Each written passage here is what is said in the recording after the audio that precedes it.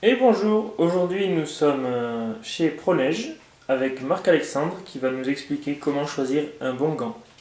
Bonjour à tous. Alors, un gant. Tout d'abord, quel va être le rôle du gant? Le gant, il va vous servir à apporter de la chaleur aux mains, notamment au bout des doigts, parce que c'est les extrémités qui vont devenir plus rapidement froides. Il va vous permettre d'avoir les mains au sec. Forcément, du fait de la neige, on va être dans un milieu un peu plus humide. Et ça va vous protéger aussi du vent. Du fait de la vitesse, il y a plus de risque de froid. Alors, un gant, ça va être construit comment? Si je prends celui-ci, on va avoir la partie extérieure. Donc la partie extérieure, on va avoir la partie haute, les doigts avec plus ou moins de renfort, différentes coutures, et après la partie intérieure. Souvent la partie intérieure va être un peu plus renforcée. Ensuite, on va avoir la membrane. La membrane, ça va être la deuxième couche. Elle va permettre l'étanchéité et la respirabilité. Ça veut dire que ça va permettre d'évacuer la transpiration potentielle que vous avez due à vos mains et d'éviter à l'humidité extérieure de rentrer. On parle beaucoup de Gore-Tex. Il faut savoir que chaque marque a sa propre membrane, tout simplement parce que si vous prenez une membrane d'une autre marque, il faut que vous payiez des coûts d'exploitation. Donc, pour avoir un compromis le plus intéressant pour vous, la plupart des marques font leur propre membrane. Ensuite, on va avoir l'isolation. L'isolation, ça va être la partie chaleur. La partie chaleur, soit ça va être du naturel, par exemple du duvet, soit ça va être du synthétique. L'avantage du duvet, c'est que si vous êtes vraiment frileux, ça va avoir des grosses propriétés de chaleur. Si vous avez plus une tendance à transpirer, privilégiez le synthétique, ça va être plus adapté. La quatrième couche, ça va être la couche intérieure, souvent en laine ou en synthétique, celle que vous avez directement en contact avec la main.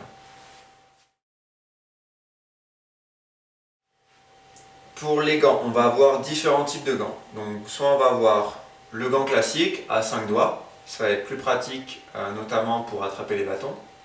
On va avoir la moufle, comme ici. La moufle, tous les doigts vont être ensemble, donc plus d'apport de chaleur.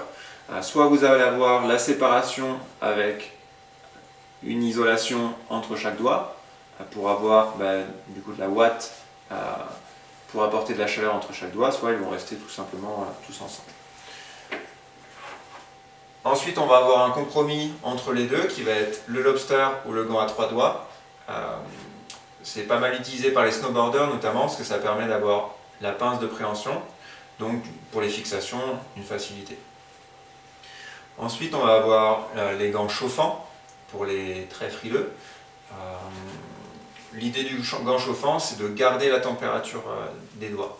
Donc ça veut dire que si vous enlevez votre gant sur le télésiège et que vous avez main nue, quand vous remettez votre main dans le gant, il ne faut pas vous attendre à ce que waouh, c'est comme un radiateur, ça va vous réchauffer et tout de suite vous allez aller mieux. Non, un gant c'est fait pour maintenir la température. Attention à ce piège-là. Ça nous amène au 5e élément qui est le sous-gant, où justement ça permet d'avoir déjà quelque chose qui va apporter de la chaleur, même si on enlève le gant. Et dis-moi, les moufles, c'est pas super pratique quand on a des bâtons? Alors, il faut savoir qu'on va avoir la même préhension avec une moufle qu'avec un gant. Après, c'est sûr que psychologiquement, on se dit que le gant c'est plus adapté parce qu'on a tous les doigts séparés, mais au final, c'est ce mouvement-là qu'on fait. Alors, on va avoir d'autres détails à regarder sur un gant. Donc, on peut avoir ce leash pour justement le passer au niveau de la main pour ne pas perdre le gant. On va avoir des renforts plus ou moins importants. Ici, on voit qu'ils sont accentués sur la partie intérieure, ici, ici, parce que c'est ici qu'on va prendre en fait les skis ou le snowboard. Après, vous pouvez avoir différentes coutures, soit intérieures, soit extérieures. Bien sûr, sur la membrane extérieure, on peut avoir soit du synthétique, soit du cuir. La grande différence, ça va être la résistance. Dernière chose, on va avoir les straps ici, soit au niveau à ce niveau-là, soit un peu plus loin, avec une petite tirette. Et ensuite, on va distinguer soit le manchon long, qui va être ici, soit un manchon un peu plus court.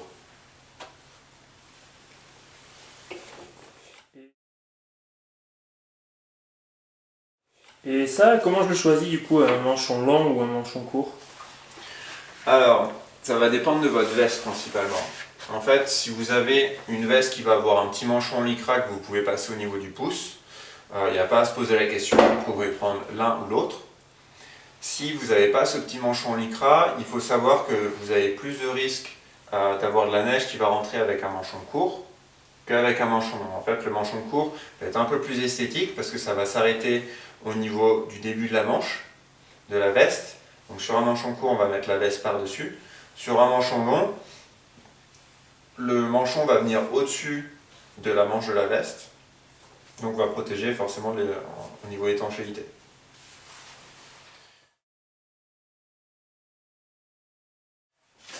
Alors chez ProNeige, on a décidé de travailler différentes marques au niveau des gants.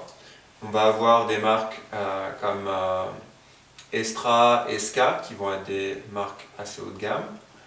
On va avoir des marques comme Rush, qui vont être assez polyvalentes, avec une ouverture de gamme sur à peu près tout. On va avoir des marques plus sportives, comme Leki, notamment, qui ont un système compatible avec leur bâton, pour une sécurité au niveau du poignet. Ensuite, on va avoir des marques un peu plus accessibles, un peu plus jeunes, comme Level ou Oakley.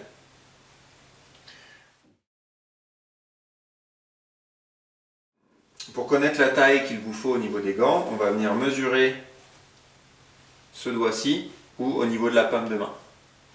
Cette mesure, elle va nous indiquer à 1,5 cm près à peu près la taille qu'il faudrait au niveau des gants.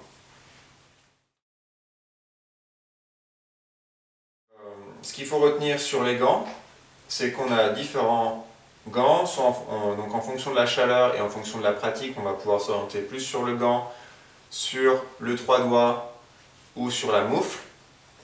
Moufle privilégiée en cas de forte froideur. Ensuite, différentes matières.